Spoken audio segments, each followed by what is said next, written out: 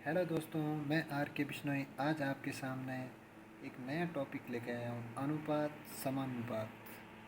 बहुत ही अच्छा टॉपिक है दोस्तों, बहुत ही शानदार टॉपिक है। इसको हम आज सॉल्व करके बताएंगे। सबसे पहले अनुपात होता क्या है ये देखेंगे। ठीक है दोस्तों, तो अनुपात क्या होता है। सबसे पहले तो ये अनुपात का साइन होता है, सिंबल ये होता है। ठीक है दोस्तों, इसके एग्जाम्पल हमें कैसे, जैसे ए अनुपात बी। ठीक है दोस्तों, तो इसको हम कैसे सॉल्व कर सकते हैं, एक और फॉर्म में लिख सकते हैं इसको, ए बट्टा बी, इसे भी लिख सकते हैं। अनुपात रेशियो का मतलब होता है डिवाइड। ठीक है दोस्तों, तो ये तो हो गया रेशियो। इसके बाद में आता है समान अनुपात। समान अनुपात का साइन होता है ये। ठीक है दोस्तों, इसके एग्जाम्पल हमें कैसे देखने को मिलते हैं, ए रेशियो बी समान अनुपात सी रेशियो डी। ठीक है दोस्तों, इस प्रकार से क्वेश्चन दिए हुए होते हैं। इसका मतलब ये है कि ए व बी बराबर है सी व डी का। समान अनुपात का मतलब है इजिकल टू। ठीक है दोस्तों, और रेशियो का मतलब है डिवाइड। तो अब हम इनके एग्जांपल सॉल्व करके बताता हूँ मैं। सबसे पहले आपको रेशियो के। ठीक है दोस्तों, तो रेशियो के एग्जांपल कैसे है, जैसे एक एग्जांपल लिया हमने 3A ratio 4B ratio 5C, और इसके हमने फाइंड आउट करना है ए अनुपात बी अनुपात सी। ठीक है दोस्तों, ये हमें ज्ञात करना है। तो इसको हम ज्ञात कैसे करेंगे। सबसे पहले ए की वैल्यू निकालनी। ए की वैल्यू निकालने के लिए ए को छोड़ के दोनों को मल्टीप्लाई करवा देंगे। तो 4 पंजा 20 अनुपात। फिर बी की वैल्यू निकालने के लिए इनको छोड़ के इन दोनों को मल्टीप्लाई करना। तो 5 तिया 15 अनुपात। फिर सी को छोड़ के इन दोनों को मल्टीप्लाई करना, 4 3 12। अब हमें ये देखना है कि ये किसी से कट रहा है कि नहीं, और छोटा हो सकता है। तो जितना छोटा होता है रेशियो उतना छोटा करना होता है।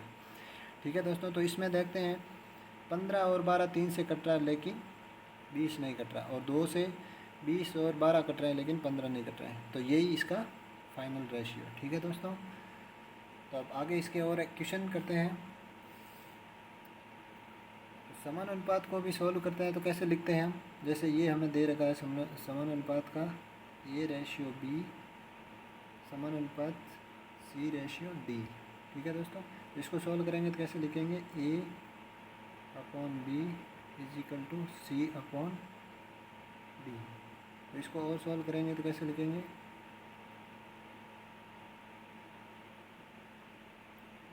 ए बी इंटू बी सी। ये हमारा एक फॉर्मूला बन गया। बहुत ही इसका काम आएगा दोस्तों ये फॉर्मूला हमारे आगे चल करके। ठीक है दोस्तों, तो अब हम सबसे पहले सॉल्यूशन करते हैं क्वेश्चंस का एक।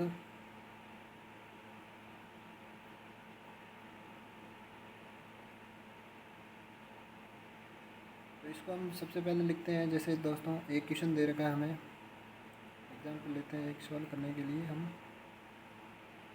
6 अनुपात 15 अनुपात 14 अनुपात x। हमें डी की वैल्यू ज्ञात करनी है। ठीक है दोस्तों, तो इसको हम कैसे करेंगे, x को ले लेंगे बाहर। सबसे पहले क्या होगा, अंदर अंदर वालों को मल्टीप्लाई बी सी को, और बार बार वालों को मल्टीप्लाई। ठीक है दोस्तों, तो इनको अंदर अंदर वालों को मल्टीप्लाई करवा दिया तो कितना आ जाएगा। इसको लिखेंगे कैसे, आगे देखते हैं। 15 इंटू 14। ठीक है, और बार बार वाला 6x।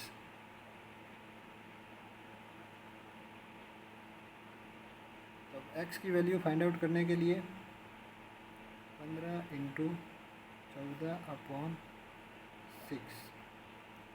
ठीक है दोस्तों, तो सबसे पहले इसे काटेंगे हम 3 से, तो 2 बार ये आ जाएगा 5 बार। फिर 2 से काटेंगे, ये आ जाएगा 7 बार। तो 7 पंजा 35। तो हमारे डी की वैल्यू क्या आ जाएगी, 35 एक्स की जगह पे। ठीक है दोस्तों, तो इस प्रकार से क्वेश्चन आते हैं, बहुत ही शानदार क्वेश्चन आते हैं। ये आपके टॉपिक रीजनिंग में भी काउंट होता है और इसमें भी होता है।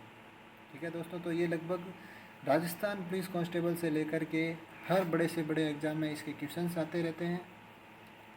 ठीक है दोस्तों, एक हमारे इस प्रकार से भी आते हैं कभी कभी वैल्यू दिए हुआ एग्जाम्पल हमें ए अनुपात बी अनुपात बी अनुपात सी, तो इस प्रकार से दिया हो तो कैसे फाइंड आउट करते हैं। तो इसको कैसे होंगे, बार बार वालों को मल्टीप्लाई, अंदर अंदर वालों को मल्टीप्लाई, तो कैसे हो जाएगा A C is equal to B square, तो बी बराबर रूट ए सी। ठीक है दोस्तों, तो इस प्रकार से क्वेश्चन आए तो भी घबराना नहीं है, सबसे सरल तरीके से हो जाता है। अब हम और देखते हैं किस प्रकार से क्वेश्चन आता है। जैसे एक क्वेश्चन आ जाता है, एक क्वेश्चन हमें दिया हुआ है 4 तथा 9 का मध्य अनुपात ज्ञात करो। ठीक है दोस्तों, 4 तथा 9 का, सही नहीं लिख पा रहे, 4 तथा 9 का मध्य अनुपात ज्ञात करो। तो मध्य अनुपात हमें ज्ञात करने के लिए सबसे पहले कैसे लिखना होगा, अभी मैंने आपको लास्ट वाला फॉर्मूला बताया था, तो इसको कैसे लिखेंगे, 4 अनुपात मध्य अनुपात है x। ठीक है दोस्तों, फिर x अनुपात 9, तो ये मध्य अनुपात हमें ज्ञात करना है। तो इसको इनसे मल्टीप्लाई, इसको इससे। ठीक है, तो x square is equal to 4 नम 36। ठीक है दोस्तों, तो अब इसका x का क्या वैल्यू आ जाएगी, 6 किसका स्क्वायर है, 36 का। ठीक है दोस्तों, 6 का स्क्वायर 36 हो गया, तो ये इसकी वैल्यू आ गई। तो इतने सिंपल क्वेश्चंस आते हैं, अच्छी तरीके से आप अगर इसका बेसिक सीख जाएंगे तो आगे बड़े बड़े क्वेश्चंस होंगे उनको बहुत आसान तरीके से कर पाओगे। ठीक है दोस्तों, एक और टाइप का क्वेश्चन है दोस्तों, सारे आज मैं टाइप एक बार डिस्कस कर लेता हूँ, उसके बाद हम क्वेश्चन करेंगे बड़े बड़े। एक इस प्रकार से भी क्वेश्चंस आते हैं, हमें एग्जांपल मिलते हैं। जैसे ये हमें दे दिया ए अनुपात बी इज इक्वल टू 2 अनुपात 3। ठीक है दोस्तों, और बी अनुपात सी इज इक्वल टू 4 अनुपात 5। इस प्रकार से क्वेश्चन दिया हुआ होता है और हमें फाइंड आउट करना होता है ए बी सी तीनों की वैल्यू। ठीक है दोस्तों, इस प्रकार के को हम कैसे सॉल्व करेंगे, सबसे पहले लिखेंगे ऊपर ऐसे ए अनुपात बी अनुपात सी, उसके बाद में हमें ए और बी की वैल्यू ये दी हुई है, तो ए और बी की वैल्यू यहाँ नीचे लिख देंगे 2 अनुपात 3। फिर हमें दी रखी है बी और सी की वैल्यू, तो इसको यहाँ नीचे लिखना है दोस्तों, देखो बी के नीचे बी को लिखना 4 अनुपात 5। फिर इनके जगह ये खाली जगह है, यहाँ पे लिखना है अपने को, इस खाली जगह के आगे लिखेंगे इसको 3 को, और इसके आगे लिखेंगे 4 को। ठीक है दोस्तों, अब बहुत ही सिंपल हो गया क्वेश्चन। अब इसको सीधा इनसे मल्टीप्लाई करवा दो और इनका सॉल्यूशन आ जाएगा। तो क्या आ जाएगा वैल्यू, 4 दूनी 8।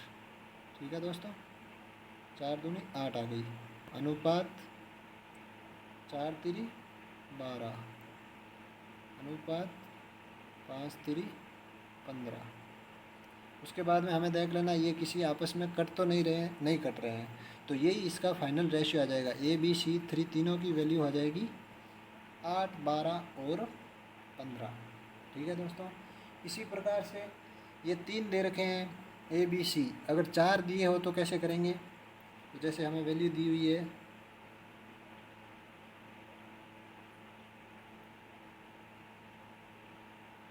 ए अनुपात बी इज इक्वल टू 2 अनुपात 3।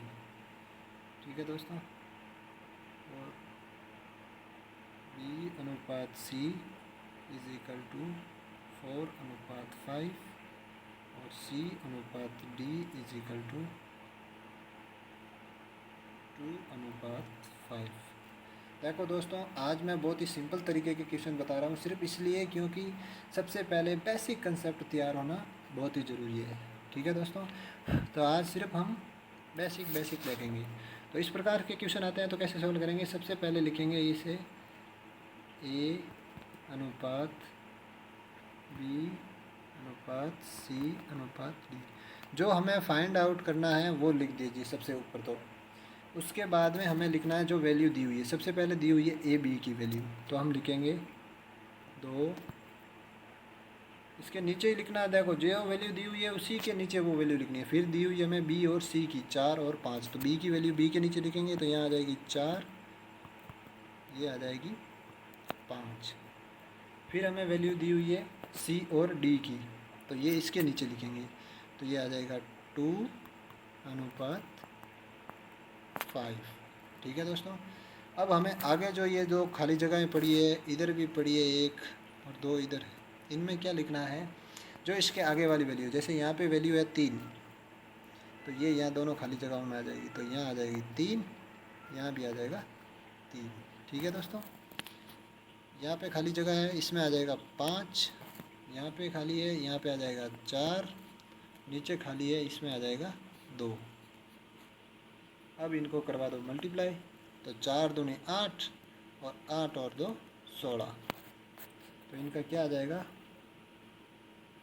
16, 4 3 12 और 12 दूना 24, तो ये आ जाएगा 24।